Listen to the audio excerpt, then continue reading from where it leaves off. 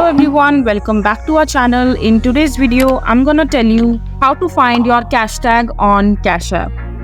So first of all, why do you even want to find your Cashtag?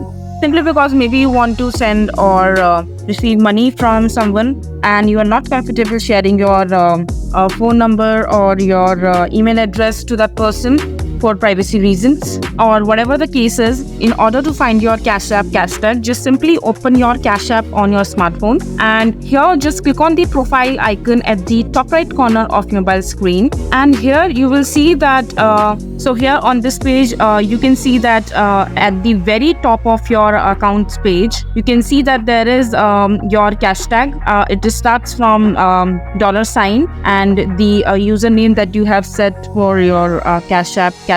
And if you think that your Cashtag is not up to the mark, you can simply click on edit profile, and here you can click on Cashtag, and you can select unique name for your Cashtag and simply change it and send it to the other person you want to receive money from. This is the simplest way to find your Cashtag on Cashapp. So that is it for this video. If you find this video to be helpful, make sure to like it, And don't forget to subscribe to our channel for more such informative videos. and I'll see you the next time.